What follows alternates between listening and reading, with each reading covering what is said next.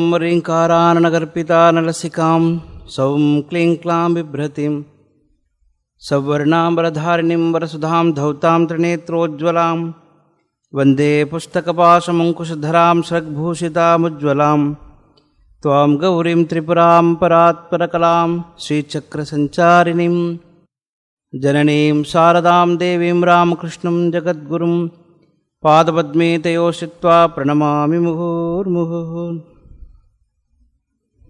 ஸ்ரீராமகிருஷ்ணனுடைய திருவருளால் 87வது பாடல். மொழிக்கும் நினைவுக்கும் எட்டாத நின் திருமூர்த்தன் எந்தன் விழிக்கும் வினைக்கும் வெளி நின்றதால் விழியால் மதனை அழிக்கும் தலைவர் அழியா விரதத்தை அண்டமெல்லாம் பழிக்கும் படி ஒரு பாகம் கொண்டாளும் பராபரையே. அபிராமி அந்தாதி என்கிற ஒரு இனிப்பை நாம் எல்லாமே பகிர்ந்து கொண்டிருக்கிறோம். அன்றைக்கு ஒரு நாள் நம்முடைய அதாவது இந்த ராமநாம சங்கீர்த்தனத்திலே ஹனுமான் வந்து கேட்பாராம். ராமநாம சங்கீர்த்தனத்தை அதை பிரம்மானந்த சுவாமிஜி அவர்கள் பார்க்கிறார். இந்த மாதிரி நம்முடைய இந்த வகுப்பில் கூட ஒரு அபிராமி அந்தாதியை 45 வருடமாக பேசுகிற அம்மா அவர்கள் வந்து கேட்கிறார்கள். அப்போ அவர்கள்ட்ட பேசிகிட்டு இருந்தேன் நான். அம்மா, இப்படி அடிக்கடி நான் உளறுவதாக தோன்றுகிறது. 2 பாட்டு எடுத்து ஒரு மணி நேரம் நான் பேசுகிறேனே, நீங்கள் அதை பற்றி என்ன நினைக்கிறீர்கள்னு. சாமிஜி, நான் வந்து இங்கே இனிப்பு சாப்பிட வருகிறேன். அபிராமி அந்தாதிங்கிற பானகத்தை எவ்வளவு தான் பருகினாலும் அது திகட்டுவதில்லை. இப்போ நம்மலாம் கிருஷ்ணா ஸ்வீட்ஸ்க்கு போகிறோம் இல்லையா, அங்கே போய் மைசூர் பாக்கு வாங்கினா அது எப்படி இருக்கும்? இனிப்பாக இருக்கும். அதிரசம் வாங்கினா எப்படி இருக்கும்? இனிப்பாக தான் இருக்கும். கொழுக்கட்டை வாங்கினா எப்படி இருக்கும்? எனக்கு பிடிச்சதாக சொல்கிறேன். அதுவும் ஸ்வீட்டாக தான் இருக்கும். எல்லாமே இனிப்பாகத்தான் இருக்கிறது. ஐயோ, எனக்கு மைசூர் பாக்கு மட்டுமே போதும் அப்படின்னு நம்ம சொல்ல போகிறோமா? அதுவும் இனிப்பு தான், இதுவும் இனிப்பு தான். எவ்வளவு தான் சரி, இன்றைக்கு சாப்பிட்டோமே, வாழ்க்கையில் எத்தனை முறை தான் இந்த மைசூர் பாக்கு சாப்பிட்றது அப்படின்னு நாம் ஒன்றும் நினைக்கிறதே கிடையாது. இன்றைக்கு சாப்பிட்டோம், நாளைக்கு பரவாயில்ல, நாளன்னைக்கு இன்னும் பரவாயில்ல, காலையில் தான் சாப்பிட்டோம், மத்தியானம் என்ன இருக்குது? இப்படி நாம் இனிப்பை வாரி வாரி சாப்பிட்ற மாதிரி மீண்டும் மீண்டும் அந்த விஷயத்தை, அந்த திருக்கருணையை, அந்த பக்தி வெள்ளத்தை, அவருடைய மெய்ஞான தழுவலை கேட்க கேட்க கேட்க நமக்கு மனதுக்குள்ளே அதற்கான ஒரு படி ஏற்படுகிறது, ஒரு விளக்கம் ஏற்படுகிறது. விளக்கம் அப்படின்னா அதை பற்றியான ஒரு புரிதல் ஏற்படுகிறது. அதில் நாம் தூய்க்கிறோம் அப்படின்லாம் சொன்னார்கள். எனக்கு ஒரு ஆனந்தமாக இருந்தது. ஒன்று விலகி போகும்போது தான் உங்களுக்கெல்லாம் தெரியும். இன்றைக்கி விலகிறது அப்படின்னா எங்களுக்கெல்லாம் தெரியும். காலையிலேயே பல பேருக்கு இன்றைக்கி யார் விலகி போகிறாங்கன்றது விஷயம் நமக்கு தெரியும் இல்லையா? 7:30 பிடித்திருக்கிறவர்களுக்கு அதனுடைய கஷ்டம் தெரியும். சனி பகவான் வந்து நமக்கு சொல்லி கொடுப்பார், பக்தியை ஏற்படுத்தி கொள்ளு. இந்த வினைக்கு காரணமான காலன் வினையை நடுங்கன்னு சொல்லுகிறோம். காலன் வினையை வந்து அன்றைக்கு வினைக்கு தகுந்த இது பயிற்சியை நமக்கு கொடுப்பதற்காக முன்னாடியே சனீஸ்வர பகவானை அனுப்புகிறான். அவர் வந்து நமக்கு பாடம் கற்பிக்கிறார். 7 வருஷம் 7.5 வருஷம். இந்த விருச்சிகத்தில் இருக்கிறவங்களுக்கு தெரியும், இந்த தடவை அது 9 வருஷமாக பிடிச்சிருக்குது. அப்போ போய் அவர்கிட்ட சனி பகவான்கிட்ட கேட்க முடியாது, ஏப்பா உனக்கு 7.5 காலம் தான், 7.5 ஆண்டுகள் தானே உனக்கு டைம், எதுக்கு 1.5 வருஷம் அதிகமாக பிடித்திருக்கிறேன்னு கேட்க முடியாது. அவர் 9 வருடங்கள் நமக்கு ட்ரைனிங் கொடுக்கறதுக்காக வந்திருக்கார். இது சரியான முறையில் முடித்தால் நல்லது. இல்லை இந்த 9 வருஷத்தில் நான் அப்படி இப்படி அங்கே இருக்கிறேன் அப்படின்னா திரும்ப 4 ஆண்டுகள் வந்து 2வது பாடம் எடுப்பார். அதுக்கு நாம் தயாராக இருக்க வேண்டும். அதான் காலன் வந்தால் பயப்படுகிறார்கள். ஏன்னா இந்த ட்ரைனிங் சரியாக எடுக்காதவர்கள் அந்த காலத்தில், காலன் வரும் காலத்தில் நாம் எல்லாம் பயப்பட வேண்டியிருக்கு. அதை பற்றி தான் பேச போகிறார். அடுத்த பாடலில் தான் அதை பற்றி தான் பேசுவார். அப்போ முதலிலே இந்த ட்ரைனிங்கை முடித்தவர்கள், இந்த பயிற்சியை முடித்து கொண்டவர்கள் என்ன பயிற்சி, அதை பற்றியும் இப்போ பேச போகிறார். முதலாவது, இவர் அடிக்கடி அபிராமி பட்டர் சொல்லுகிற முதலாவது ஒரு விஷயம் நாம் பார்க்கலாம். அந்த காமத்தை எரித்தவன் அப்படின்னு சொல்லுகிறார். காமம் எரிக்கிற, காமனை எரிக்கிறார், மதனை எரிக்கிறார். இப்படி பல இடங்களிலே அவர் சொல்லுகிற ஒரு முக்கியமான ஒரு விடயத்தில் சொல்லி நம்ம பார்க்கலாம். காமனை எரித்தல், நம்முடைய கர்மாக்கள் எரிந்து போக வேண்டும். அடிக்கடி எல்லா பாடல்களிலுமே அவர் சொல்லுகிற விஷயம் இது. நம்முடைய கர்மங்கள் எரிந்துபட்டு போக வேண்டும், நம்முடைய கர்ம வினைகள் எரிந்துபட்டு போக வேண்டும். அந்த முப்பரங்களை எரிக்கிறதாக ஒரு கதை வரும், அதை நான் கொஞ்ச நேரத்தில் நான் உங்களுக்கு சொல்லுகிறேன். இந்த முப்பரம் எரித்த கதை உங்களுக்கு எல்லாம் தெரியும். அப்போ இந்த 3 அசுரர்கள் என்ன ஆனார்கள்? அதில் இருந்த புறங்கள் எல்லாம் எரிந்து விட்டது. அந்த அசுரர்லாம் என்ன ஆனார்கள்? அதில் இருந்த வித்யுன்மாலி இவர்கள்லாம் என்ன ஆனார்கள்? இந்த 3 பேரும் திருமந்தத்தில் சொல்லியது போல அவர்கள் 3 பேருமே நம்முடைய மும்மலங்கள் ஆணவம், கண்மம், மாயை என்று சொன்னார்கள். இந்த ஆணவமும் மாயையும் அவர்களெல்லாம் வாயிற்காப்பாளனாக இறைவன் வைத்திருக்கிறார். அவருடைய வாயிற்காப்பாளனாக இருந்து பணிவிடை செய்யுங்கள், இறைவனுடைய தொண்டாற்றுங்கள் என்று சொன்னார். இந்த கர்மா அங்கே போயிட்டு முழவு வாசிக்கிறதா, உள்ளே போய் இறைவனுக்கு பூஜை ஆகிற பொழுது அந்த பூதகணங்கள், அவருடைய நிறைய கணங்கள் இருக்குல்லையே, அதோடு சேர்ந்து நீயும் வாசி, வாத்தியம் வாசி, தாளம் போடு அப்படின்னு சொன்னார். இப்போ எல்லாம் எங்களுக்கெல்லாம் தெரியும், எங்கள் ஆஃபீஸில் நிறைய வேலை செய்திருக்கிறீர்கள், தாளம் போட்டால் தான் சம்பளம் வரும், கைத்தாளம். அப்போ தான் பாட்டு கூட நல்லா இருக்கும், ஆனால் சரியான டைமுக்கு அடிக்கணும். ஆனால் வாழ்க்கையில் இறைவனுடைய வாழ்த்தை பெற வேண்டுமானால் அவனுக்கு தாளம் போடணுமே தவிர மற்ற முதலாளிக்கு, உங்கள் பாஸுக்கு, ஜிஎம்முக்கு எல்லாம் என்னதான் தாளம் போட்டாலும் 45 வயது 55 வயது வந்தானே சென்று வா மகனே அப்படின்னு சொல்லிவிடுவான். அந்த தாளம் எல்லாமே ஒரு வயது வரைக்கும் தான் வருகிறது. ஆனால் இறைவனுக்கு தாளம் போட வேண்டும். அது ஸ்ரீராமகிருஷ்ணன் சொன்னது, மோடு ஃப்ரீயதாவ், உன்னுடைய ஓட்டத்தை திருப்பி விடு, இறைவனிடத்திலே திருப்பி விடு, இந்த கர்மங்களை இறைவன் பால் திருப்ப வேண்டும் என்பதுதான் இங்கே அவங்க தருகின்ற பாடம். அப்போ நம்முடைய கர்மங்கள் செய்யாமல் ஒருத்தன் இருக்கவே முடியாது. மூச்சு விடுவது போல கூட ஒரு கர்மந்தான். எத்தனை சிந்தனை செய்கிறோம், இதெல்லாமே கர்மத்திலே அடக்கமாக இருக்கிறது. இப்போ இதுக்கெல்லாமே பிரதிபலன் வருகிறது. இப்போ இதெல்லாம் கால்குலேஷன் பண்ண முடியாது. ஐயோ 2 தரம் மூச்சு விட்டனே, இதுக்கு என்ன பிரதிபலனோ, இதுக்கு நான் என்ன செய்யணுமோ அப்படின்னு நினைக்க முடியாது. அப்போ இறைவனுடைய பணியாக, இறைவனுடைய சிந்தனையிலே நாம் கழிக்கின்ற போது இதை பற்றியெல்லாம் கவலையே பட வேண்டாம். இறைவன் நினைத்து எல்லாமே பார்த்து கொள்வார். யாரோ ஒருத்தன் ட்ரெயினில் போயிட்டு இருந்தான் நான் டெல்லிக்கு, அவனுடைய பார்சல் எல்லாத்தையும் தலையிலே தூக்கி வச்சுருந்தான். ஏன் கேட்டேன், ஏன்டா பார்சலை தலையில் வச்சுருக்க? இல்லை, ட்ரெயினில் வச்சா அந்த ட்ரெயின் பாவம் தானே, எவ்வளோ பாரத்தை அதுதான் தூக்கின்னு போகும், அதான் நான் தூக்கி வச்சுருக்கேன் அப்படின்னா. போகிறவர்கள் சொன்னார்கள், உன்னையும் அந்த பார்சலையும் சேர்த்து தாண்டா அந்த ட்ரெயின் தூக்கின்னு போகிறது, நீ கீழே வச்சாலும் தலையில் வச்சாலும் ஒன்று தான். இந்த கர்ம வினைகளை இறைவன் பால் திருப்பி வைக்கின்ற பொழுது அது இறைவன் தானாக கவனித்துக் கொள்ள, நம்ம இதை பற்றி தனியாக கவலைப்பட வேண்டிய அவசியம் இல்லை. இறைவனிடத்திலே மனதை வைக்க வேண்டும். அப்போ இந்த காமம் எரிப்பது என்பது நம்முடைய கர்மங்களை இறைவன் பால் செலுத்துவது. அதுதான் கர்ம யோகம் என்று சொன்னார்கள். கர்மயோகம் என்று ஆதிசங்கரருக்கும் சுவாமி விவேகானந்தருக்கும் இருக்கிற ஒரு அடிப்படையான ஒரு பெரிய கருத்து இங்கே நம்ம பார்க்கணும். ஆதிசங்கராச்சாரியார் அவர்கள் கர்மத்தை வெறுத்தார்கள், சுவாமி விவேகானந்தர் கர்மத்தை செய்யின்னு சொன்னார். இது என்ன கர்மம் அப்படின்னு பார்க்கலாம். வேதங்களிலே சொல்லப்பட்டிருக்கிற இந்த கர்மங்களை கர்ம காண்டம் சொல்கிறார்களே, பூஜை ஹோமங்கள், இதெல்லாமே இந்த காலத்துக்கு பொருந்தி வருவது அல்ல. அதை செய்வதற்குரிய தகுதி படைத்தவர்களாக நாம் இல்லை, அதுக்கான சூழ்நிலை நம்மக்கிட்ட இல்லை. அப்போ அவற்றினாலே வருகின்ற பலனும் வருவதில்லை. அதனால தான் சுவாமி விவேகானந்தர் சொன்னார், ஒவ்வொரு உயிர்களுக்குள்ளேயுமே அந்த இறைவனை பார்த்து சேவை செய்கின்ற இதை மாற்றி விட்டார். இந்த கர்மயோகத்துக்கு ஒரு புது வடிவம் கொடுத்தார். மற்றவர்களுக்கு சேவை செய்வதன் மூலமாக, ஒவ்வொரு உயிரிலுமே அந்த இறைவன் இருப்பதாக பார்ப்பதன் மூலமாக ஒருவனுக்கு மன தூய்மை வருகிறது. அந்த கர்மயோகத்தினால் என்ன மன தூய்மை வந்ததோ, வேத காரியங்களை, வேத கர்மங்களை செய்வதனாலே நம்ம இது வேத கர்மங்கள் செய்யணுமா செய்ய வேண்டான்ற வாதத்துக்கு நான் இங்கே வரல. வேத கர்மங்களினால் வரக்கூடிய அந்த மன தூய்மை, இறைவனிடத்திலே பக்தி. சுவாமி விவேகானந்தர் ஒரு படி கொஞ்சம் மேலே போய் சொன்னார், இந்த கர்மயோகமே, இந்த கர்ம மார்க்கமே கர்மயோகமே உன்னை இறைவனிடத்தில் இட்டு செல்லக்கூடிய ஒரு தனியான பாதை அப்படின்னு சொன்னார்.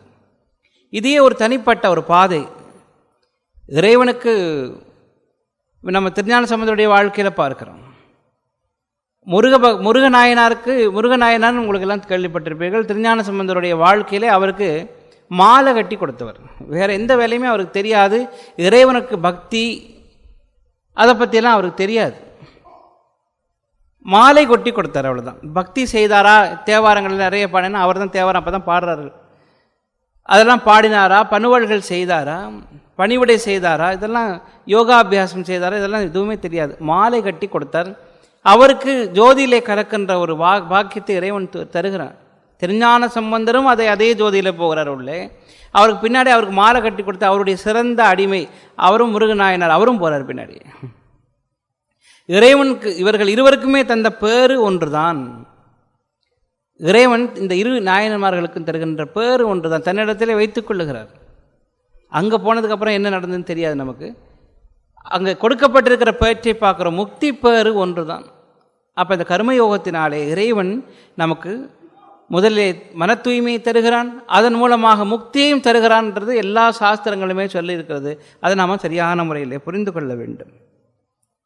இந்த பக்தி இது ஒரு மார்க்கம், கர்ம மார்க்கம், கர்மயோகம் என்று சொல்லுகிறோமே.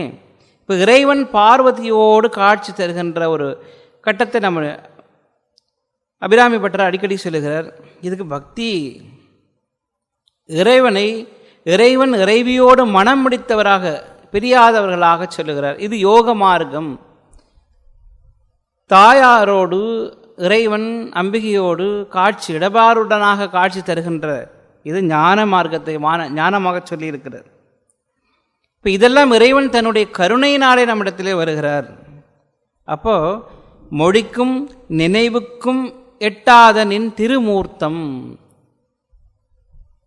யதோ வாச்சோ நிவர்த்தந்தே அப்பிராபிய மனசாசக என்று சொல்றார். மனமும் வாக்கும் எட்ட முடியாத நிலையிலே இறைவன் தன்னுடைய சொரூபத்தை வைத்திருக்கிறான். அந்த சொரூபத்தை புரிந்து கொள்ளுகின்ற அளவுக்கு நம்மளால் நம்முடைய மனமோ நம்முடைய வாக்கோ, ஸ்ரீராமகிருஷ்ணனுடைய வாழ்க்கையிலே நான் உங்களுக்கு சொல்லியிருக்கிறேன். சமாதி அனுபவத்தில் இருக்கிற பொழுது தன்னுடைய சமாதி அனுபவத்தில் இறைவனோடு கலந்த நிலையை சொல்ல விரும்புகிறார். ஆனால் அவரால் சொல்ல முடியலை. ஒரு அளவுக்கு அந்த தொண்டை வரைக்கும் வருகிற பொழுது சொல்லி முடிக்கிறார். அதுக்கப்புறம் சமாதியிலே ஆழ்ந்து விடுகிறார். அதுக்கப்புறம் வார்த்தைகள் வரவில்லை. அது வார்த்தைகளுக்கு அப்பாற்பட்டது. இறைநிலை என்பது வார்த்தைகளுக்கு அப்பாற்பட்டது, சிந்தனைகளுக்கு அப்பாற்பட்டது. அவதார புருஷர்கள் மாத்திரமே இந்த சிந்தனைக்கும் வார்த்தைக்கும் அப்பாற்பட்ட அந்த நிலையை விஞ்ஞானிகளாக மீண்டும் திரும்பி வருகிற பொழுது தன்னுடைய அந்த நிலையை அடைந்து உயிர்களின் பால் அவர்களுக்கு வைத்திருக்கிற கருணையினாலே, நம்மீது வைத்திருக்கின்ற அன்பினாலே அவர்கள் மீண்டும் வந்து அது சொல்லுகிறார், இப்படியெல்லாம் இருந்ததுப்பா, இப்படியெல்லாம் செய்தால் போகலாம், இறைவனிடத்திலே நாம் ஒன்ற முடியுங்கிற வார்த்தையை சொல்லுகிறார். மொழிக்கும் நினைவுக்கும் அப்போ நினைவு அழிந்தாதானே, அறிவு அழிகின்ற பொழுது தான் திருஞான சம்பந்தர் பாடுற மாதிரி அறிவு அழிகின்ற போது தான் இறைவன் எல்லாமே அழிந்ததுக்கு அப்புறமா தான் இறை காட்சியை கிடைக்கிறது, இறை சிந்தனையில் நாம் லயிக்க முடிகிறது. அது எப்படி நினைவில் சொல்ல முடியும்? நினைவே அற்ற நிலை, அது எப்படி நினைவுக்குள்ளே கொண்டு வர முடியும்? அப்படிங்கிறதுனால மொழிக்கும் நினைவுக்கும் எட்டாத நின் திருமூர்த்தம் என்னுடைய விழிக்கும் நினைவுக்கும் வினைக்கும் வெளி நின்றதால், என்னுடைய காட்சிக்கு என்னுடைய அளவுக்கு நீ திரும்பி வந்திருக்கிற. ஏற்கனவே பல பாடல்களை இதை பற்றி நம்ம பார்த்துருக்கோம். எந்த விழிக்கும் வினைக்கும் வெளி நின்றதால் என்னாலேயே புரிந்து கொள்ள முடியுதுன்னா பாருங்களேன் அப்படின்னு சொல்லுகிறார். சுவாமி விவேகானந்தர் சொற்பொழிவாற்றுகிற பொழுது அங்கே இருக்கிற சில பெண்கள் சொல்லுகிறார், வெளிநாட்டில் இவர் என்ன பெருசாக பேசுகிறார், இவர் பேசுகிறதெல்லாம் எனக்கு புரியுது அப்படின்னு சொன்னார். அப்போ சொற்பொழிவு அப்படின்னாலே என்னென்னா, ஏதாவது புரியாத சம்ஸ்கிருத வார்த்தைகளையோ எல்லாரும் ஒரு பழைய ஒரு பாடலையோ எல்லாரும் புரியாத ஒரு டெர்மினாலஜி ஏதோ ஒன்று சொன்னால் தான் ஏதோ இருக்குது போல இருக்குது அப்படின்னா, சொற்பொழிவுனாலே அப்படி தான் இருக்கணும் அப்படின்ற ஒரு கான்செப்ட் நமக்கெல்லாம் மனதுக்குள்ளே இருக்கிறது. புரியாத ஒரு விஷயத்தை புரியாத முறையிலே சொல்லணும், பயமுறுத்தணும். டாக்டர்லாம் சொல்லுவார் இல்லையா, ஸ்கேன் பண்ணி பாருங்கள் என்ன ஆயிருமோ தெரியும், காலெல்லாம் உடஞ்சி 2 எலும்பு தனியாக இருக்குது அப்படின்னா. என்னுடைய மாணவன் ஒருத்தனுக்கு கால் உடஞ்சி போச்சு, உண்மையிலே கீழே பெஞ்சில் மாட்டி கால் உடஞ்சிருச்சு, எலும்பு இப்படி எக்ஸ்ரேயில் தெரியுது. டாக்டர் சொன்னார் 6 மாதம் ஆகும், ஒரு 2 லட்சம் ரூபா நீங்கள் கொடுக்கணும் முதல்லையே, அதுக்கப்புறம் அதை கட் பண்ணி நாங்கள் ஒட்டி அது போல்டு நட்டு போட்டுருவோம், 6 மாதம் கழித்து அதுக்கு மீண்டும் ஒரு ஆப்ரேஷன் பண்ணி எல்லாம் கழட்டி எல்லாம் நட்டு போட்டுலாம் கழட்டோன்னு அவங்க அம்மா அங்கேயே கீழே விழுந்துட்டாங்க. அந்த பையனுடைய அம்மா அவங்க 1000 ரூபாயை ஒழுங்காக பார்த்ததில்ல, ஒரு 2 லட்சம் ரூபா கொடுத்துட்டு எங்கே இது ஆப்ரேஷனுக்கு போகிறது, இந்த போல்டு நட்டு 6 மாதமாக அவனை யார் பார்த்துக்கிறது? அப்போ எங்கிட்ட வந்தாங்க, சுவாமிஜி ஏதாவது பண்ணுங்க, இதெல்லாம் ஒரே ஒரு வைத்தியம் இருக்குதுமா, நம்ம புத்தூர் அப்படிங்கிற இடத்துக்கு போங்க எல்லாம் சரியாக போயிடும். அங்கே போனோன்னு அவன் சொன்னான், நாங்கள் போய் அது ஆச்சரியமாக இருந்தது, சாமி இது 90% உடஞ்சிருச்சு எலும்பு, இன்னும் 10% உடஞ்சா சரியாயிரும் அப்படின்னா. 10% உடையிறான். அவன் என்ன பண்ண டபக்குன்னு இப்படி உடச்சினா பாருங்கள், அந்த கால் மொத்தம் தனியாக தொங்குறது, மீண்டும் இப்படி வச்சு 4 பேர் சேர்ந்து அந்த காலில் கட்டி விட்டாங்க. 3 மாதத்தில் கால் சரியாக போச்சு. புத்தூர் வைத்தியம். அவருக்கு நான் ஏஜென்ட் கிடையாது, சொல்கிறேன். எங்கே சேர்க்க வேண்டும் என்பது அவனுக்கு தெரியும். நமக்கு புதிய மருத்துவத்தில் இப்படியெல்லாம் இப்படி வெட்டி ஒட்டி நட்டு போட்டு போல்ட்டு போட்டு காலை கோணலாக இருக்கும். அப்புறமா இல்லாட்டி ஒரு 1/2 இன்ச்சு கால் குறைஞ்ச போயிடுது. அது டாக்டர் சொன்னது. அவனுக்கு 1/2 இன்ச்சு கால் குறைஞ்சிருந்தாமே அதுக்கு தனியாக செருப்பு வாங்கணும். வாழ்க்கை முழுக்க ஒருவன் 1/2 இன்ச்சு செருப்பு எக்ஸ்ட்ரா போட்டு தெரியணும்னு பாருங்க. அவனுக்கு தெரியும் எங்கே வெட்ட வேண்டும் மட்டும் அவனுக்கு தெரிந்திருக்கிறது. அவனுடைய வினை பயனுக்கு ஏற்றவாறு இதை மாற்றித்தரக்கூடிய பாங்கு அவர்களிடத்தில் இருந்தது. நம்ம தான் புரியாதவர்களாகவே இருக்கிறோம். இதெல்லாமே நம்ம ஏற்றுக்கொள்வதில்லை. நமக்கு புரியலை அப்படின்னா அது புரியாது. எல்லாமே அப்படி தான் இருக்கும் போல இருக்கா. அப்போ நம்ம யாராவது பயமுறுத்த வேண்டும். என்னுடைய விழிக்கும் அப்போ ஏதாவது நமக்கு புரிகிற மாதிரி வந்தாலோ நம்மக்கிட்ட வந்தாலும் இது ஏதோ குறைவு இருக்க போல இருக்கு. இறைவனை இலகுவாக வந்துட்டு அந்த ஆதிபராசக்தியில படத்தில் பார்க்கலாம். அந்த மீனவன் சொல்லுவான், வேற யாராவது சொன்னால் கூட பரவாயில்ல, அவன் சொல்லுவான், தாய் நீ மாரியம்மா தானா, ஏன்டா இப்படி கேட்குறேன்னு. இல்லை நீ கூப்பிட்டோன்னு வந்துட்டியே, அதுதான் பிரச்சனைன்னு. உடனே அம்பாள் சொல்லுவா, என்னப்பா இந்த காலத்தில் தானே கூப்பிட்டோன்னு வந்தால் கூட பிரச்சனையாச்சா, நம்ப மாட்டேன்ட்டு.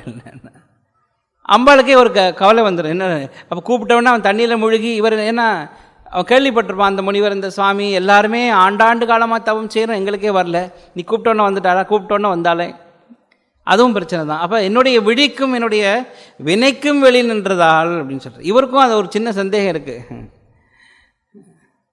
அம்பாள் இவருடைய கருணைக்கு இவருடைய கூப்பிட்ட குரலுக்கு ஓடி வருகிறாள் இல்லையா, வந்து நின்று தோட்டை கழட்டி போடுறான், என்னென்னவெல்லாம் இவங்களுடைய ஒரே விளையாட்டாக இருக்குது ரெண்டு பேருக்குமே. இறைவனோடு விளையாடுகின்ற பாக்கியம் இவர்களுக்கெல்லாம் கிடைச்சது. அங்கே பார்த்து இதெல்லாமே ஒரு பாடல் உட்கார்ந்து என்ன மாதிரியோ உங்களை மாதிரியோ உட்கார்ந்து இந்த பாடல் இங்கே எழுதுவோம், இங்கே வந்து வினை வந்ததா, இங்கே வந்து முனைன்னு போடுவோம், எதுகை மோனையை மாற்றி போடுவோம், இதை வந்து திருச்சத்திலேருந்து ஒரு ஒரு வரியை எடுத்து போடுவோம், அப்படியெல்லாம் எழுதலை. அவர் பார்க்கிறார், பாடுகிறார். நான் உங்களுக்கு சொல்லியிருப்பேன் நினைக்கிறேன், ஞாபகம் இருக்குது உங்களுக்கெல்லாம். காஞ்சி பெரியவர் இடத்துல போய் கேட்டார்கள், ஏன் அந்த காலத்திலே பெரியவர்கள் பாடினதெல்லாம் இருக்குது, ஏன் நம்ம பாடுறதெல்லாம் நிற்கலை அப்படின்னு கேட்டாங்க. அப்போ பெரிய காஞ்சி பெரியவர் சொன்னார், அவர்களெல்லாம் பார்த்ததை பாடினார்கள்ப்பா, நம்ம எல்லாம் பார்த்து பார்த்து பாடுறோம். அதுதான் நம்ம எல்லாம் பார்த்து பார்த்து பாடுறதால அது நிற்கிறது கிடையாது. இது பாடல், வெறும் பாடல், சினிமா பாடல் மாதிரி, அதை விட இல்லாட்டி மோசமாகவே இருக்கலாம். வார்த்தைகளை சேர்க்கிறோம், வார்த்தைகளை அவர்கள் சமைத்து தந்தார்கள், அது புரிவதற்காக அங்கே ஒரு வார்த்தையை போட்டு தந்தார்கள். இதெல்லாம் சொன்னால் தான் நான் என்னுடைய நிலையை உனக்கு சொல்ல முடியும் அப்படிங்கிறதுக்காக அவர்கள் வார்த்தைகளை சொன்னார்கள். நம்ம என்ன பண்ணோம், வார்த்தைகளை போட்டு தான் அதுக்கு ஏதாவது மீனிங் இருக்கா அப்படின்னு தேடுகிறோம். இதுதான் நமக்கும் அவர்களுக்கும் உள்ள வித்தியாசம். அவர்கள் நமக்கு புரிய வைப்பதற்காக வார்த்தையை சொன்னார்கள், நாம் புரிந்ததை சொல்கிறதுக்கே வார்த்தை நமக்கு அப்படி புரியலை ஒன்றுமே. ஸோ வார்த்தை புரிவதற்காக நாம் ஒரு கதையை இங்கே உருவாக்குறோம். இந்த நாடகம் மாதிரி உங்களுக்கெல்லாம் தெரியும், தொடர் கதை, தொடர் நாடகங்கள் எல்லாம் அப்படி தான் இருக்கும். இன்று ஏதாவது சொல்லிடுவாங்க, ஐயோ இப்படி சொல்லிட்டோமே, இதுக்கு மாற்ற எழுதணுமே. ஏன்னா என்னுடைய நண்பர் ஒருத்தர் இருந்தார், அவர் சொன்னார், இந்த காட்சி இப்படி வந்துட்டு என்ன பண்ணுறது, சரி பஸ்ஸில் போகிற மாதிரி ஏதாவது ஒரு காட்சி வந்துன்னா நாளைக்கு அந்த பஸ்ஸை வச்சு ஒரு காட்சி அங்கேருந்து எழுதணும். இது புரிவதற்காக நாம் செய்கின்ற நாடகம். என்ன நம்முடைய நாடகம் வாழ்க்கை நாடகம். இந்த வாழ்க்கை நாடகத்தில் இன்னொரு 20 நாடகத்தை பார்க்குறோம். இந்த நாடகத்தையே சமாளிக்க வழி இல்லை. அப்போ என்னுடைய வினைக்கும் அதுக்கு கூட என்னுடைய வினையெல்லாம் இருந்து கூட அதுக்கு புரிகின்ற அளவிலே நீ வந்திருக்கிறாய். விழியால் மதனனை அழிக்கும் தலைவர். உங்களுக்கு இந்த கதையை நான் முன்னாடியே சொல்லியாச்சு. வெளியால் மதனனை அழிக்கின்ற தலைவர் யாரு? சிவபெருமான் அந்த காமனை அழிக்கின்றார். இறைவனுடைய விரதத்தை கலைக்கிறார். எப்படி? அழியா விரதத்தை அண்டமெல்லாம் பழிக்கும்படி. இறைவன் பெண்களை தொடாதவராக, காமம் தீண்டாதவராக இருக்கிறார். அப்படி ஒரு விரதத்தை மேற்கொண்டிருக்கிறார். உலகமெல்லாம் அவரை பழிக்கும்படி என்ன பண்ணாலும் அம்பிகை அவருடைய பாதி பாகத்தை வாங்கி கொண்டாலாம்.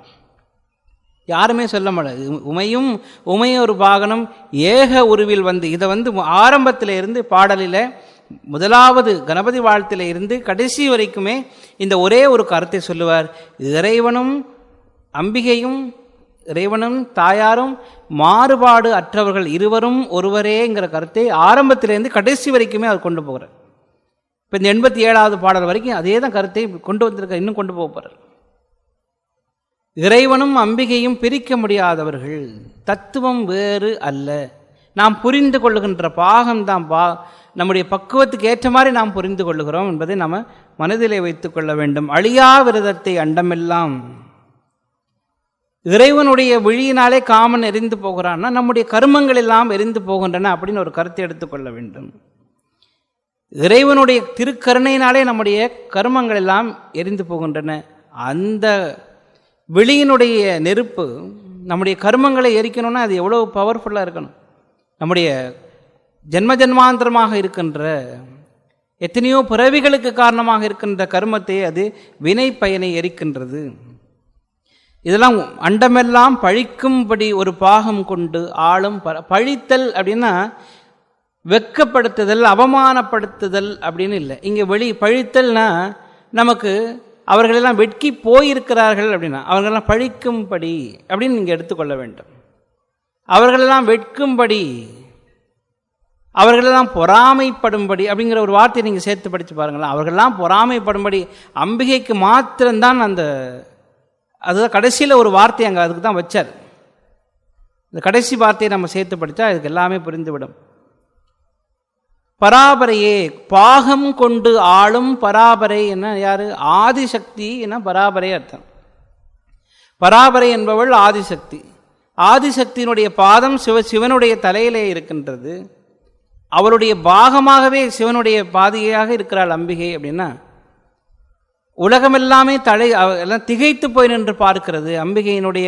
இதனால உலகம் தோன்றுகிற பொழுது சிவசக்தி ஐக்கியமே உலகத்தினுடைய நாத விந்து கலாதின்லாம் சொல்லி பாடுறோம் இல்லையா? அந்த மாதிரி உலகத்தினுடைய தோற்றம் அம்பிகை இறைவனோடு சேர்வது.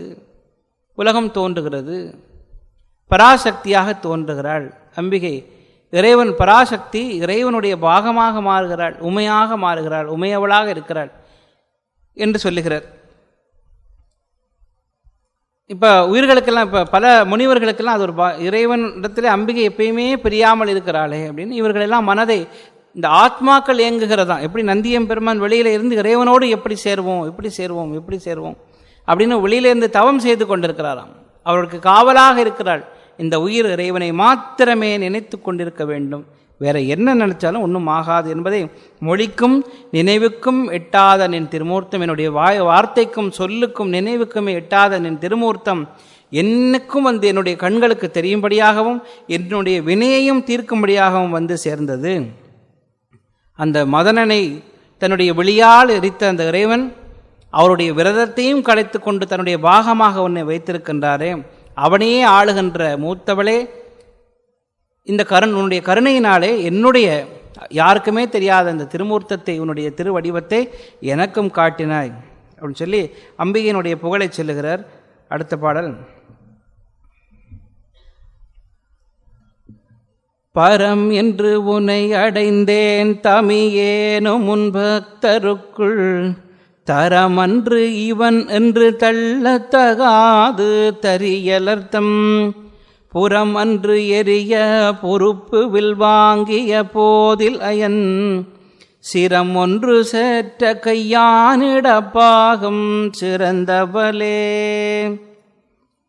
இறைவன் முப்புறங்களை எரிக்கிறார். இந்த உங்களுக்கு எல்லாம் தெரிந்திருக்கிற ஒரு கதை தான். முப்புறங்களை எரிக்கிற இறைவன்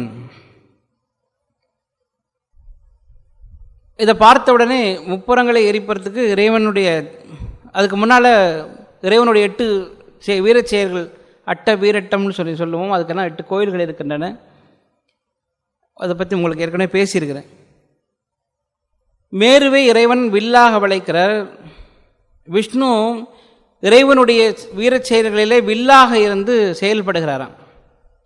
பிரம்மாவுக்கும் விஷ்ணுவுக்கும் ஒரு நாள் அங்கே மேலுலகத்திலே ஒரு சண்டை வருகிறது. நான் தான் பரம், நீ தான் பரம், நான் தான் பரம்பொருளா, நீ தான் பரம்பொருளா, 2 பேருக்கும் ஒரு பிரச்சனை வருகிறதாம். அப்போ இறைவனுடைய ஒரு ஜோதி வடிவத்திலே பார்க்கிறார்கள். வேதங்கள் ஆகமங்கள் எல்லாமே வந்து அவர்கள் முன்னால் நின்று உருவம் தாங்கி சொல்லுகிறது, உமையும் உமையொரு பாகனமே, உமை பாகனே பரம் என்று அவர்கள்லாம் சொல்லுகிறதாம். வேதங்களும் ஆகமங்களும் வந்து சொல்லுகின்றன உமை பாகனே பரம் என்று சொல்லுகிறார். இவர்களுக்கு இருந்தாலும் ஒரு இந்த வாதம் முறையில் தேவர்கள்லாம் ஓடிப்போனார்கள். இவங்கள்ட்ட இருந்து ஏதாவது பிரச்சனை, ஒரு ஜோதி வடிவம் தோன்றுகிறது. அந்த ஜோதி வடிவத்துக்குள்ளே பார்க்கிறார்கள் இறைவன் உமையும் உமையொரு பாகனமாக காட்சி தருகிறார். அப்பயுமே இவர்களுக்கு தங்களுக்குள்ளே உள்ள சண்டை முடியவில்லை. இறைவன் என்ன பண்ணுகிறான், அவர்கள் முன்னாலே வருகிறார், இறைவன் காட்சி தருகிறார். அப்போது திருமால் இறைவனிடத்திலே சரணடைகிறான். இறைவா நீயே சரணம் என்று சொல்லி சரணடைகிறார். இந்த பிரம்மாவுக்கு மாத்திரம் இதெல்லாம் முடியலை. அதுக்கு தலைக்கு மேலே ஒரு தலை இருந்து அது பேசிக்கொண்டே இருக்கிறது தான் வாய் கட கட கட கடன்னு வாய் அடிக்குது. அந்த 5வது ஒரு தலை, உனக்கும் 5 தலை எனக்கும் 5 தலை பாருன்னு சொல்லி மேலே உள்ள தலை பேசிட்டான். 4 தலை இருக்கு இல்லையா, 4வது மேலாவது 5வது ஒரு தலை நான்முகன் அப்போ அவருக்கு பேர் பிரம்மா தான். அந்த 5வது தலை அதிகமாக வாய் பேசிச்சு. இந்த தலை தான் ரொம்ப பேசுதுடான்னு சொல்லி தன்னுடைய நகத்தினாலே அந்த தலையை கிள்ளி போட்டாரான் இறைவன். அவனுக்கு பிரம்மாவுக்கு 4 தலையாக மாறிவிட்டது. அதுக்கப்புறம் தான் வாய் நின்றது. ஆக மயங்கி விழுகிறான். பிரம்மா மயங்கி விழுந்த உடனே இறைவன் அவருக்கு மீண்டுமே அவருடைய நினைவுக்கு கொண்டு வந்து கொடுக்கிறார். இந்த கதை எல்லாமே மீண்டும் மீண்டும் படிக்கிறோம். நம்முடைய அகங்காரம் அவ்வளவு பேசுது, வாய் பேசுது, அவ்வளவு பேசுது. நான் பெரியவன், நான் பெரியவன், நான் பெரியவன், நான் பெரியவன். இப்போ யோசிச்சு பாருங்கள். அதனால தான் கோயிலுக்கு போனோடனே அண்ணாந்து பாரு, உன்னை விட எவ்வளோ கோபுரம் எவ்வளோ பெரியது. கீழே தண்டனிட்டு வணங்க சொல்லுகிறார்கள், நீ எவ்வளவு சிறியவன் என்பதை பாரு. உனக்குள்ளே நான் இதுக்கு தாழ்வு மனப்பான்மையை ஏற்படுத்துவதற்காக அல்ல, நாம் பெரியவர்கள் அல்ல என்பதை நாம் புரிந்து கொள்ள வேண்டும். அகங்காரத்தினாலே நாம் பெரியவர்கள் அல்ல, உடம்பால பெரியவர்களாக இருக்கலாம், வயதினாலே பெரியவர்களாக இருக்கலாம். ஒரு வயதான ஒரு பெரியவர் நம்முடைய மடத்துக்கு வந்து செல்வார். அங்கே நான் முன்ன ஒரு சென்டரில் இருக்கும்போது ஒரு வயதான ஒரு பெரியவர் வந்து சென்று கொண்டிருப்பார்கள். ஒரு தாயார் அவர்கள், நான் மிகவும் மதிக்கக்கூடிய ஒரு அம்மா அவர்கள், நான் உங்ககிட்ட உட்காந்து பேசிகிட்டு இருக்கும்போது அவர் போகிற போக்கு, குரு மகாராஜுக்கு அவர் நமஸ்காரம் பண்ணுகிற விதம், அதெல்லாம் ஒரு அருவருப்பாக இருக்குது. அதை பார்க்கும்போது என்ன இவ்வளவு வயதானவருக்கு இன்னும் நமஸ்காரம் பண்ண தெரியலையே. கோயிலில் வாக்கிங்காக அவர் தான் வாக்கிங் பக்தி அப்படின்னு பேர். அந்த கோயிலை சுற்றுறதுக்கு பேர் வாக்கிங் பக்தி அப்படின்னு பேர். அது இப்போ சுற்றிக்கிட்டு இருக்கார் கோயிலே. அப்போ அந்த அம்மா இடத்துல நாங்கள் அப்போ பேசிக்கொண்டிருக்கும்போது அந்த அம்மா அவர்கள் சொன்னார்கள், இவர் ஒரு தந்தை ஆகாத ஒரு மனிதன் அப்படின்னு சொன்னார். நான் சொன்னேன், இப்படி சொல்வது சரியில்லையம்மா, நீங்கள் அப்படி சொல்லக்கூடாது. இல்லை, தாய்மை என்பது பெண்களுக்கு உள்ள ஒரு குணம். அது பிள்ளை பிறந்தாலும் பிறக்காட்டாலும் சரிதான், அவர்கள் தாய்மையை அடைந்து பெண்ணானாலே தாய்மை அந்த நிலையை அவர் அடைந்து விடுகிறார்கள். இவர் ஆணாக பிறந்து இருந்தும் இன்னும் தந்தை என்கின்ற நிலைக்கு வரவில்லை. அதனால தான் அந்த அகங்காரம் அவரிடத்தில் சுற்றி இருக்கிறது. தந்தையினுடைய இதுக்கெல்லாம் தெரியும் உங்களுக்குலாம். நீங்களே தந்தை ஆகாட்டாலும் உங்கள் பையன் சொல்லிக் கொடுப்பான், எப்படி ஆவது, பொறுமையாக இரு, முதல்ல விஷயம். 2வது என்ன சொல்லிக் கொடுப்பான், அதிகம் பேசாதே.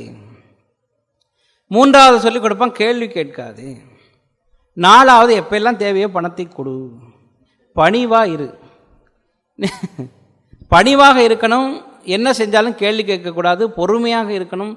அவன் லேட்டாக வந்தாலும் கூட நீங்கள் அமைதியாக, உங்களுக்கு பிளட் ப்ரெஷர் ஏறக்கூடாது, அதே நேரத்தில் நீங்கள் அமைதியின் திருவுருவாக, இதெல்லாம் ப்ராக்டிஸ் பண்ணும்போது நீங்கள் தலைவராக, இதுதான் மெடிடேஷன். ஒரு பையன் இருந்தால் அவனை வளர்த்திங்கன்னா அது உங்களுக்கு அது வாழ்க்கை முழுவதும் மெடிடேஷன். ஒரு பெண் குழந்தையை வளர்த்திருக்குன்னா அது இன்னொரு பெரிய மெடிடேஷன். இதுவே போதும். அதான் தாய்மையை அடைவது, தந்தை குணத்தை அடைவது, பொறுமை. அதில் இந்த இலக்கணங்கள் எல்லாமே அவர்கள் சொல்லித் தருகிறார்கள். தான் இறைவன் இதெல்லாமே உலகத்தை உண்டு பண்ணியிருக்கிறான். இவர்கள் மூலமெல்லாம் நமக்கு இதெல்லாமே ப்ராக்டிஸ் தான். எப்படி 7.5 ஆண்டுகள் 8 ஆண்டுகள் 9 ஆண்டுகள் நமக்கு சனீஸ்வர பகவான் நமக்கு காட்சியை தந்து உங்களெல்லாம் ப்ராக்டிஸ் ட்ரைனிங் கொடுக்குறாரோ, அந்த மாதிரி இந்த குழந்தைகள் 25 வருடங்கள் உங்களுக்கு ட்ரைனிங் கொடுக்குறாங்க. அப்பையும் நம்ம தாயாக ஆகாவிட்டால், தந்தையாக ஆகாவிட்டால், இந்த அகங்காரத்தினாலே நாம் சுற்றி திரிகிறோம். இதை தான் புராணங்கள் எல்லாம் கதையாக சொல்லுகிறார்கள். எப்படியாவது இந்த நிலையை நீ அடைந்து ஆக வேண்டும். பொறுமையினுடைய இலக்கணமாக இருக்கணும்.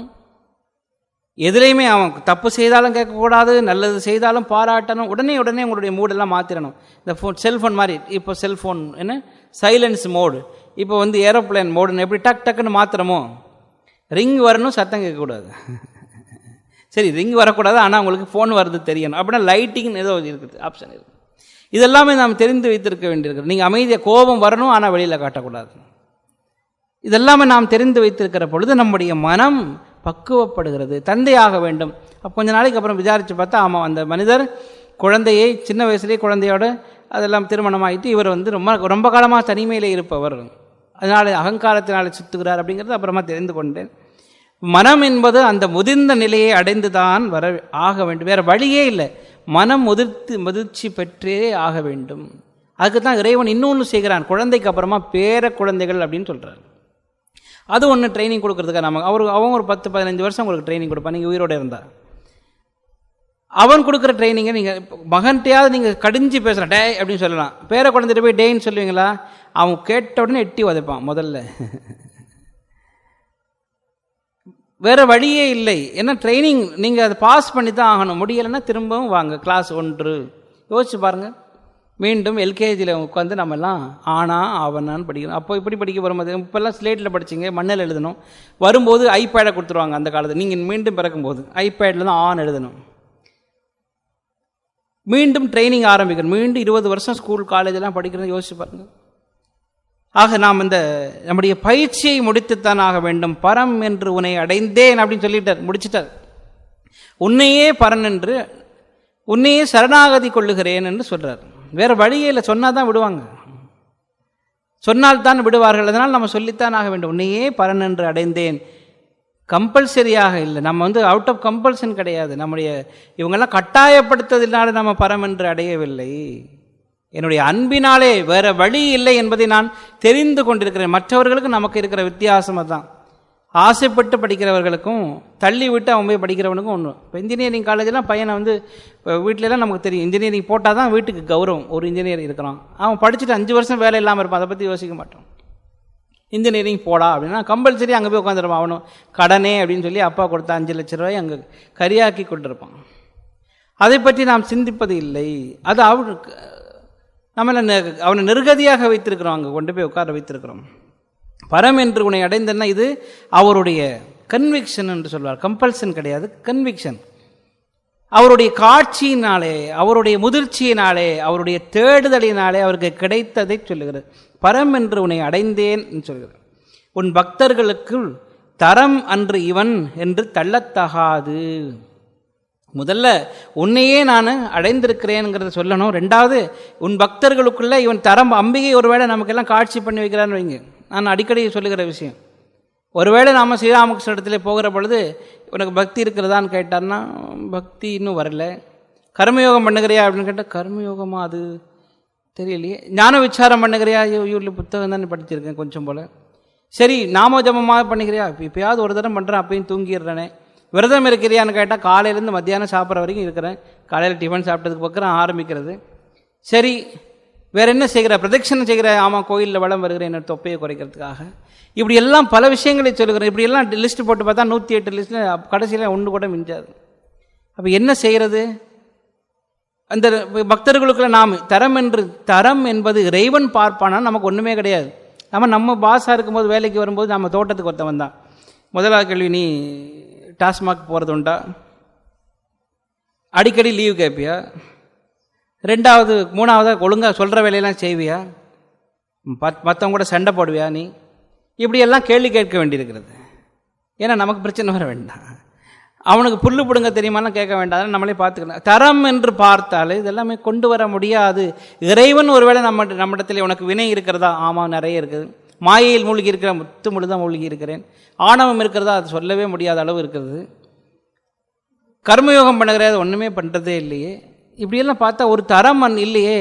அப்போ அம்பிகை இடத்துல இவர் என்ன சொல்கிறார்? ஒரு விண்ணப்பத்தை சொல்கிற, அம்மா இதெல்லாம் பார்க்காதே, அந்த புக்கை மூடி வச்சிரு, உன்னுடைய எக்ஸல் சீட்டை க்ளோஸ் பண்ணி வச்சிரு.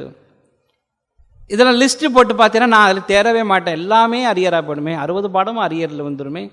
ஆகவே நீ டிகிரி கொடுத்தாக வேண்டும். என்ன செய்யலான்னா அவனுடைய இதில் பாஸ் அப்படின்னு எழுதிடும் முன்னமே. இப்போது முன்னாடியெல்லாம் பண்ணுவாங்க இல்லையா, 10 ரூபா நோட்டு எக்ஸாம் பேப்பரில் பின்னாடி வச்சு கட்டி கொடுப்பாரு, பாஸ் போட்டுருங்கண்ணா. யாரோ ஒருத்தன் அருவாளை வெளியில் வரைஞ்சிருந்தானா, என்னடா நீ இது பாஸ் போடலன்னா வெளியில் அருவாள் வெளியே ரெடியாக இருக்கு அப்படின்னா.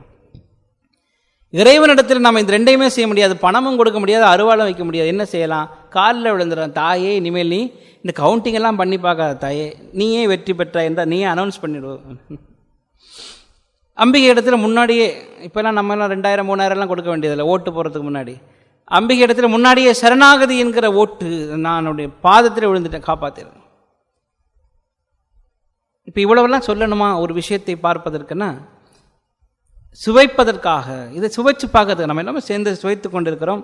பரம் என்று உன்னை அடைந்தேன், தமியனும் உன் பக்தர்களுக்கு, நான் இந்த அடியவனும் எளியவனும் உன்னுடைய பக்தர்களுக்குள்ளே உள்ள தரம் என்று பார்த்து விடாதே, சேர்த்துரு. அம்பிகை பார்த்தாலானா நாம் எல்லாமே இங்கு சேருவதற்கான வாய்ப்பை நம்மிடத்தில் இல்லாமல் போய் என்று தள்ளத்தகாது. இவன் தரமில்லை என்று நீ தள்ளி வைத்து விடாதே.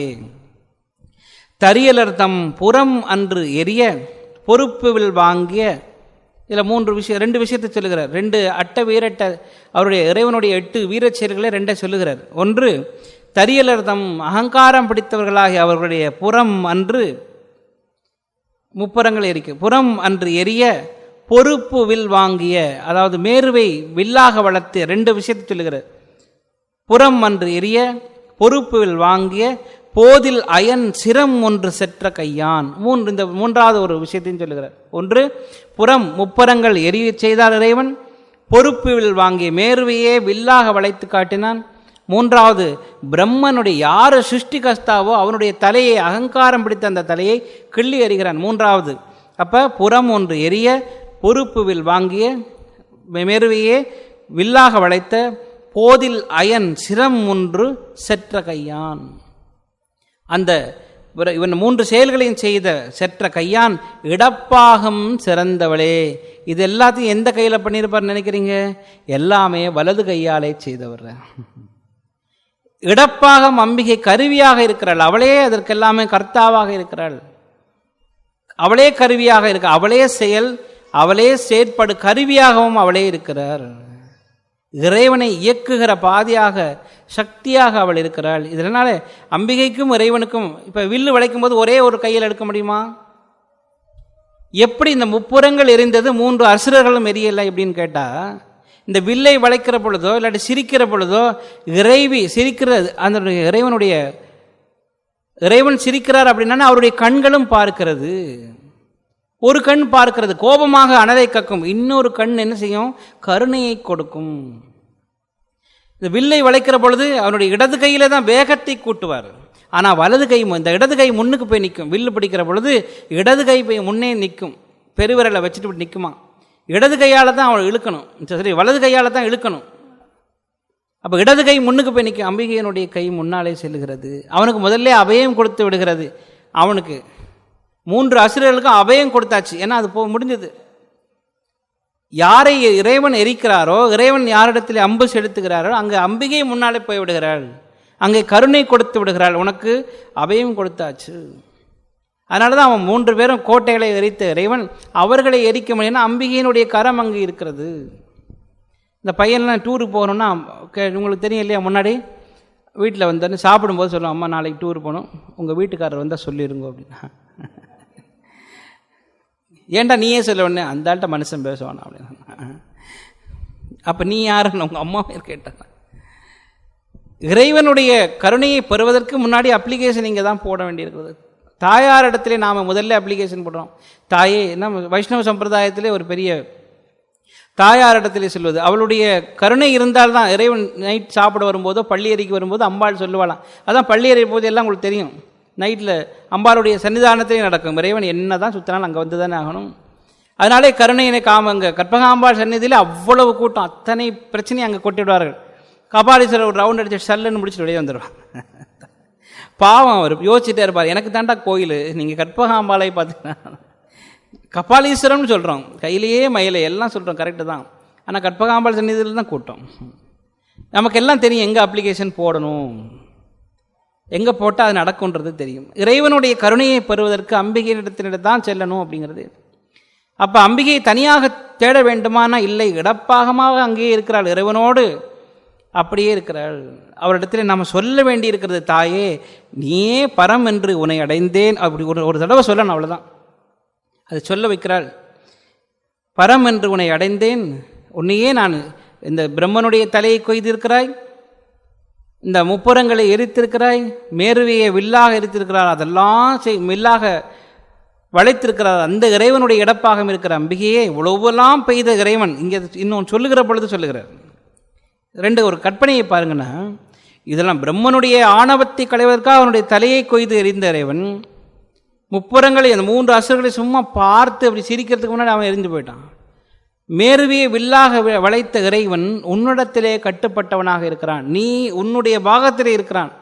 அவனுடைய பாகமாக நீன்னு சொல்லலை, உன்னுடைய பாகமாக இருக்கிறான். அதனால நீ என்ன செய்யணும், அது எல்லாத்தையுமே பார்த்து கொண்ட நீ இவ்வளவு பவர்ஃபுல்லான ஆள் உன்னுடைய பக்கத்திலே இருக்கிறார், உன்னுடைய பாதியாக இருக்கிறார்.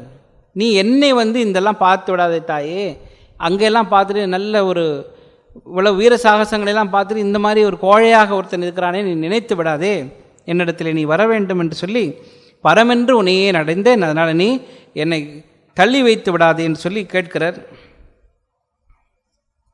சிறக்கும் கமல திருவேனின் சேவடி சென்னி வைக்க துறக்கம் தரும் நின் துணை வரும் நீயும் துரியமற்ற உறக்கம் தர வந்து உடம்போடு உயிர் உறவற்றறிவு மறக்கும் பொழுதென் முன்னே வரல் வேண்டும் வருந்தியுமே. நம்ம எங்கேயாவது போகணுன்னா இப்போ என்ன செய்வோம்? முதல்ல போகிற இப்பெல்லாம் கேட்கிற முதல் கேள்வி ஏடிஎம் எடுத்துக்கொண்டீர்களா அப்படின்னா, ரெண்டாவது என்ன சொல்லுவோம்? ஆதார் அட்டை எடுத்துக்கொண்டீர்களா அப்படின்னு கேட்பார்கள். மூன்றாவது புக்கிங் பண்ணது, இப்போல்லாம் ஃபோன்லேயே வந்தது டிக்கெட்லாம், அதை வைத்து கொண்டிருக்கிறீர்களா அப்படின்னு கேட்பார்கள். அப்போ என்ன செய்திருக்கணும்? எங்கேயாவது போவதற்கு என்ன செய்யணும்?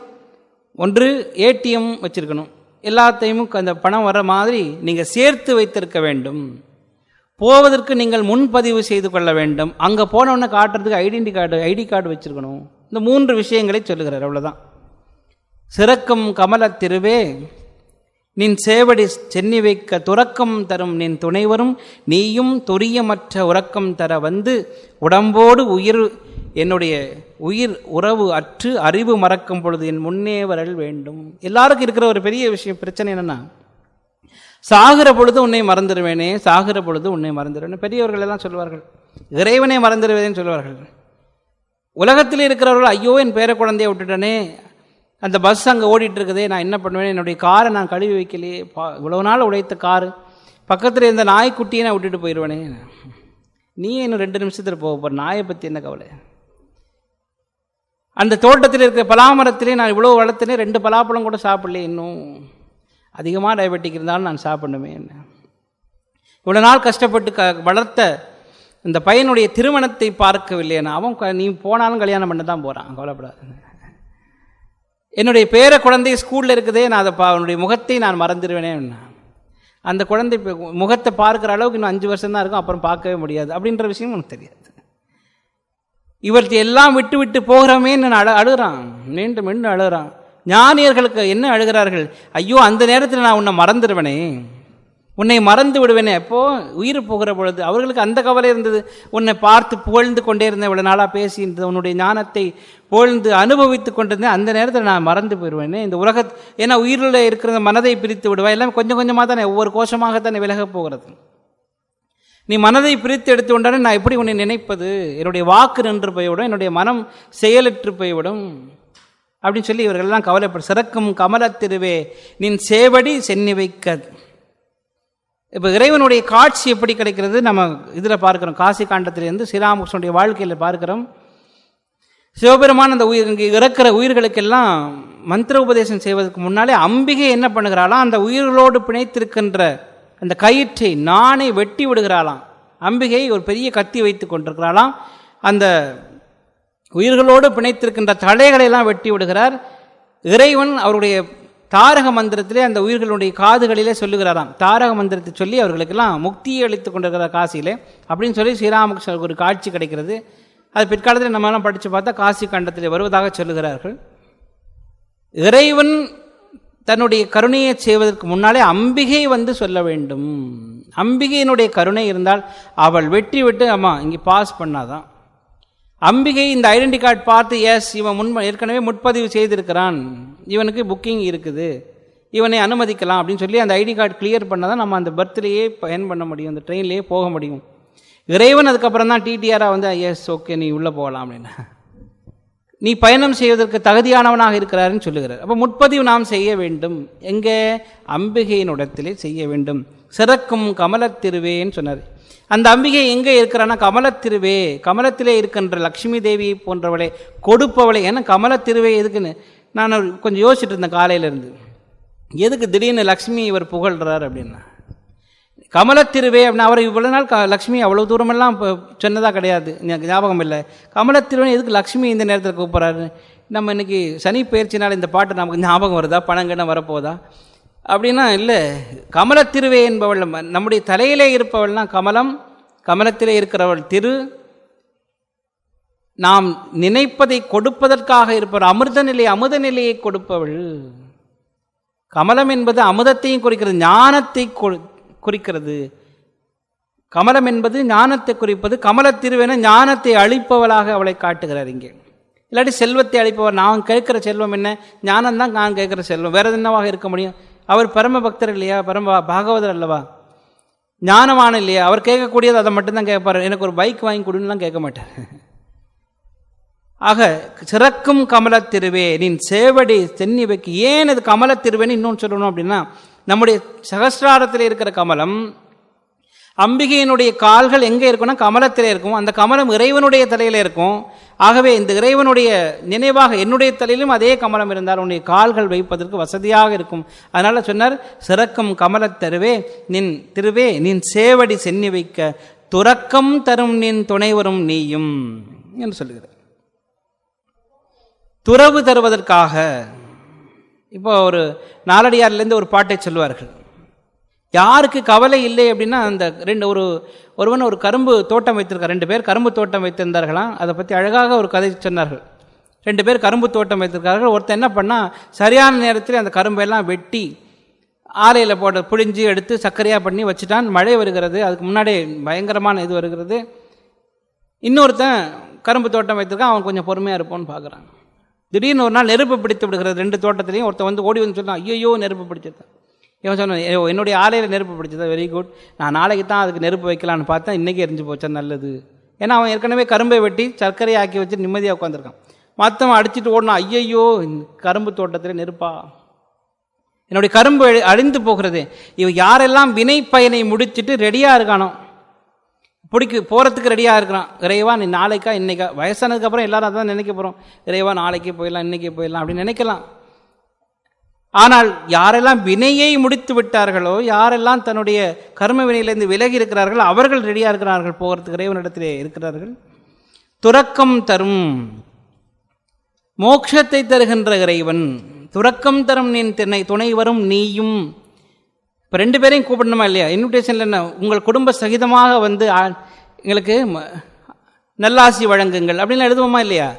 குடும்ப சகிதமாக வந்து நீங்கள் உங்களை வீட்டுக்காரங்க இப்போல்லாம் அப்படி எழுதுறதில்ல. கார்டு இருந்தால்தான் உள்ளே அனுமதி அப்படின்னு கீழெல்லாம் எழுதியிருப்பாங்க இப்போல்லாம். இப்போ கொஞ்சம் மாறி போயிருக்கு. அந்த அட்டை இருந்தால் தான் உள்ளே விடுவோம். பெரிய பெரிய வீட்டு பணக்காரர்கள் வீட்டு ஏதோ நிகழ்ச்சிகளுக்கெல்லாம் அந்த மாதிரி கட்டாயமாக இந்த அட்டையை கொண்டு வரவும், இல்லைன்னா உள்ள விட மாட்டோம்.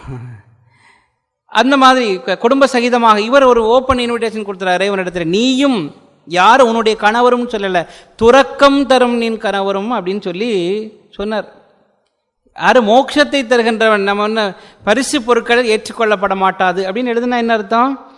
பரிசு கொடுங்கடான்னு அர்த்தம், ஒழுங்கா பரிசு கொண்டு வான்னு அர்த்தம். துறக்கம் தரும் நின் கணவரும், சாதாரண கணவர் இல்லை, எனக்கு மோட்சத்தை அளிக்கக்கூடிய உன்னுடைய கணவரையும் கூடவே அழைச்சிட்டு வா. ஏன்னா நீ எப்படியுமே என்னுடைய வினைகளை அறுக்கப் போகிறாய்.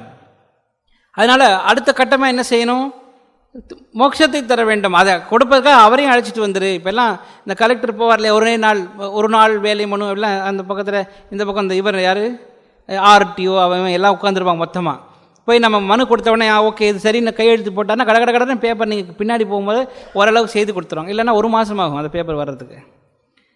அவர் டேபிளுக்கு வர மாட்டார், லெட்டர் இப்படி ஆகும், என்னவோ ஆகி போயிடும். அதுக்கு அந்த பேப்பருக்கு என்ன ஆகும்போது அது மறைஞ்சிடும். அந்த பேப்பர் நம்ம கொடுக்குற மனு, நான்லாம் ஸ்கூலில் இருக்கும்போது பார்த்துருக்கேன், நீங்கள் கொடுத்த பேப்பரே வரலையே சுவாமி அப்படின்னா, நான் ஒரு ஃபைலில் ஒரு 10 காப்பி எடுத்து வச்சுருப்பேன், இந்த இதையும் வச்சுக்கோங்கண்ணா. அதனால் அந்த பேப்பர் மறந்து விடுகிறது. ஆனால் இங்கே அதனால சொன்னார், நீங்கள் வேறு ஃபைலை வாங்கி மாற்றி வச்சுட்டு, உனக்கு நிறைய குழந்தைகள் இருப்பார்கள், அதனால என்னுடைய பேப்பர் எங்கேயாவது மாறி வச்சுட்டு எனக்கு கொடுக்க வேண்டிய முக்தி யாருக்கும் கொடுத்து விட்டுறாதம்மா, நீ இங்கேயே கம்ப்யூட்டர் ப்ராப்ளம் இருக்குது, ஆகவே நீ அவரையும் அழைச்சிட்டு வந்துட்டு உடனே ஒரே நாள் மனு மாதிரி முடிச்சிடு அப்படின்னு கேட்குறாரு. துறக்கம் தரும் நீ துணைவரும் நீயும் துரியம் அற்ற உறக்கம் தர வந்து.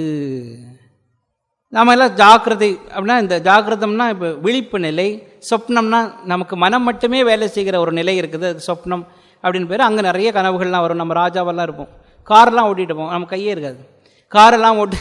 அந்த சொப்னம் சுசுப்திங்கிற ஒரு நிலை இருக்கிறது, துரியம்ங்கிற ஒரு நிலை இருக்கிறது தான் இறைவனோடு நாம் இறை காட்சியை பெறுகின்ற நிலை. அதில் இறைவனோடு ஒன்று இருக்கிற நிலை நிரூபிக்கல் சமாதின்னு சொல்லுவார். நிரூபிக்கல் சமாதி. துரியாதீதம் ஒன்று இருக்கிறது, இறைவனாக 2 கலந்த நிலைக்கு துரியாதீதம் என்று சொல்லுவார்கள். இதுக்கெல்லாம் நிறைய குழப்பமான பதில்கள்லாம் இருக்குது, அதை பற்றி நம்ம பேச வேண்டாம். இறைவனோடு கலந்து 2 கலந்திருக்கின்ற அந்த நிலை. அதனால் துரியம் அற்ற அப்படின்னாரு. இருக்கிறதுலே உயர்ந்த பதவி துரிய நிலை தான் உயர்ந்தது அப்படின்னார்கள். இவர் என்ன பண்ணார்? துரியாதீதம்னு கேட்க மாட்டாராம்.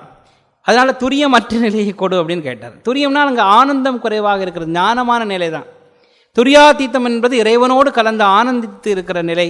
அதை கொடுன்னு சொல்லாமல் நீ துரியமற்ற நிலை கொடுனா நம்மளை கீழே கொடுப்ப அம்பாள் அவ்வளோ தூரம் வந்து துரியமற்ற நிலை கொடுனா அந்த துரியாத நிலையை துரியாதீத நிலையை கொடு. எப்போ அப்படின்னா உடம்போடு உயிர் உறவு அற்று.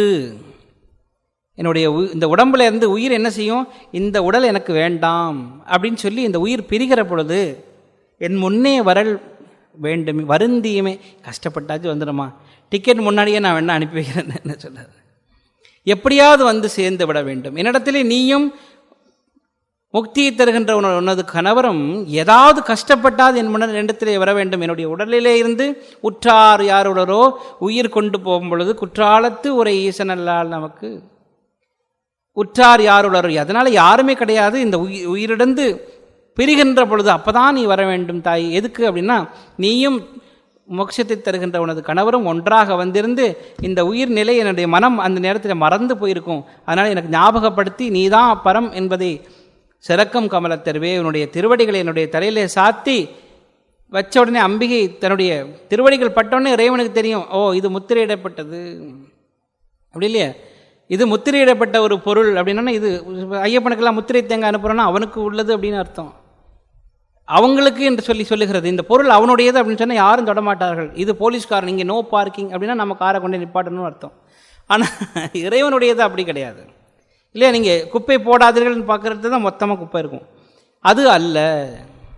இங்கே குப்பையெல்லாம் மனதிலே நிறைய குப்பைகள் இருக்குது. இங்கே குப்பை போடாதேன்னு இறைவன் சொல்லிகிட்டே போர்டு வச்சுருக்காரு. இங்கே தூய்மை பகுதி, குப்பை போடாதீர்கள் அப்படின்னு இறைவன் சொல்லிகிட்டே இருக்கார். அங்கே தான் நம்ம அதிகமாக குப்பை நமக்கு உள்டாவே பண்ணி பழகி போச்சு. அப்போ இறைவன் அங்கே வரணும்னா அந்த குப்பையெல்லாம் அகல வேண்டும், என்னுடைய பற்று அற வேண்டும். அதெல்லாம் நீ தான் செய்யணும் தாயே. வந்து முதலாவதாக எனக்குள்ளே இருக்கின்ற இந்த பற்றுக்களை அறுத்துவிடு. நீ உன்னுடைய பாதங்கள் பட்டானே நான் தூய்மையாகி விடுகிறேன். என்னுடைய உடலிலே இருந்து உயிர் போகின்ற பொழுது நீ வந்து நின்று கொண்டு எனக்கு கடந்த துரியாத நிலையை தந்து முக்தியையும் தர வேண்டும் என்று பிரார்த்தனை செய்கிறார். ஓம் சாந்தி சாந்தி சாந்தி. ஹரி ஓம் தத்சத். ஸ்ரீராமகிருஷ்ணார்ப்பணமஸ்து.